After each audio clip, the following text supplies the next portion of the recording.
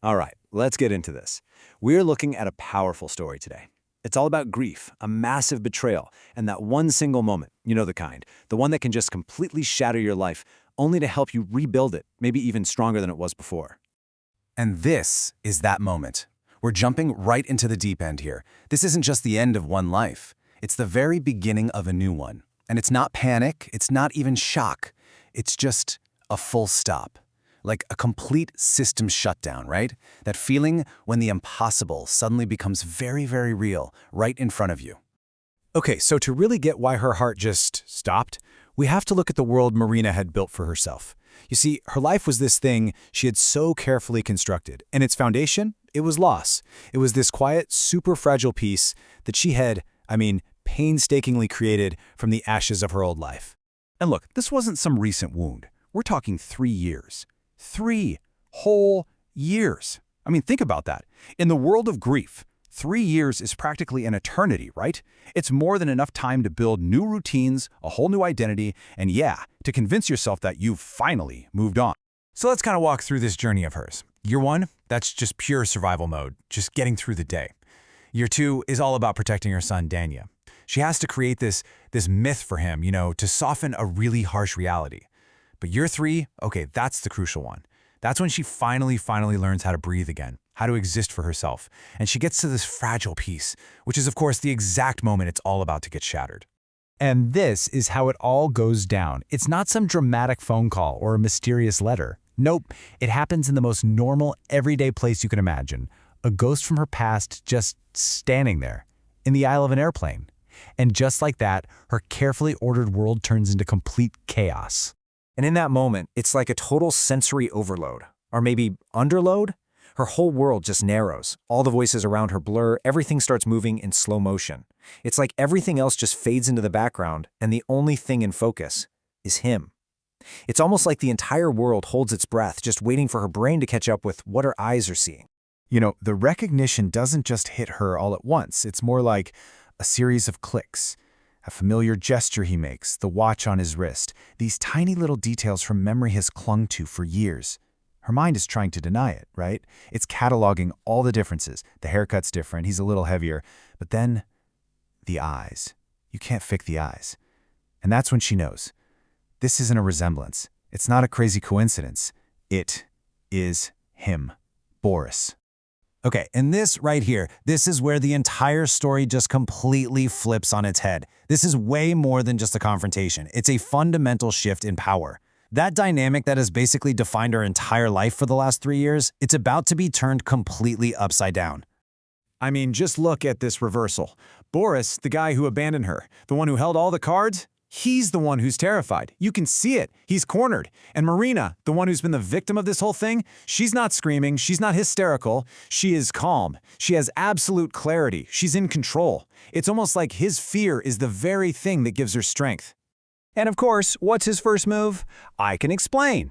Classic. It's his attempt to grab control of the narrative again, to spin another story, probably another lie. It's just a desperate plea from a guy who knows he's been caught red-handed. But she just cuts him off. And with this one single sentence, she takes back 3 years of silence, 3 years of unanswered questions, of crying herself to sleep, of raising their son all by herself. Honestly, it might be the most powerful thing she could have possibly said in that moment. So, you gotta be wondering, why is she so calm? It's not that she doesn't care. It's because the worst thing that could happen, it already did. The storm of his supposed death already came through and destroyed everything. There's literally nothing left for him to break. This is that kind of calm that only comes after the hurricane has already passed. And this really brings us to the central idea of the whole story. See, Boris didn't just die once in that icy water she imagined. He's about to die a second time. And this death, this one, is much more real and much more permanent. And it's happening right now. So what is she feeling in the end? What's her final emotional state? The answer is, well, it's nothing. It's not anger, because anger is still a connection, right? It's definitely not love. That's been gone for years. It's just distance, a profound final distance. He's not part of her world anymore. He's just some guy, a stranger in the aisle of a plane. And this is her final verdict. She's saying it to him, sure, but more importantly, she's saying it to herself. She's making it final. The man she loved, the man she mourned, he is well and truly gone. This person standing in front of her, he's a ghost, a stranger who has absolutely no power over her anymore. What's happening here, psychologically, is something called a symbolic death. And no, it's not about a physical death, obviously. It's about killing the power that a memory or even just the idea of a person has over you. It's severing that emotional tie for good. And this is the moment Marina becomes truly, finally free. So what do you do when you finally become free? You walk out of the present, right? Her leaving isn't her running away from him. Not at all. It's her confidently, deliberately walking toward a new life, a life that is, at last, completely her own. Think about it. She's literally leaving behind a world that was built on a devastating lie, a world shadowed by betrayal. And she's walking towards something real. That warm air of Sochi they mention, that's not just about the weather. It's a symbol. It's the promise of a genuine, authentic future. And she doesn't hesitate, not for a second. There's no last glance over her shoulder. That connection is completely and totally severed. Looking back would suggest there was still some attachment, some little thread left. But there's nothing. The past is, finally, just the past. And then, just like that, reality comes crashing back in, but in the most innocent way possible. Her son, Danya, he's the anchor in this massive, life-altering moment. For him, the world didn't just stop spinning. His future is simple. It's about what's next. Mom, are we still going on vacation? It's such a beautiful reminder that no matter what, life just keeps going. And here it is, the final proof of her freedom. A real smile. I'm not talking about the brave face she put on for her son, or that tired smile she used just to get through the day. This is a genuine, unburdened smile. It's the smile of someone who has just walked away from their own prison, completely whole.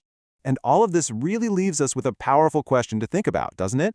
Marina's new beginning didn't actually start 3 years ago. It became real in that exact moment she let the past truly die. And it makes you wonder, what ghosts from our own pasts might need to die a second time before we can really, truly begin again?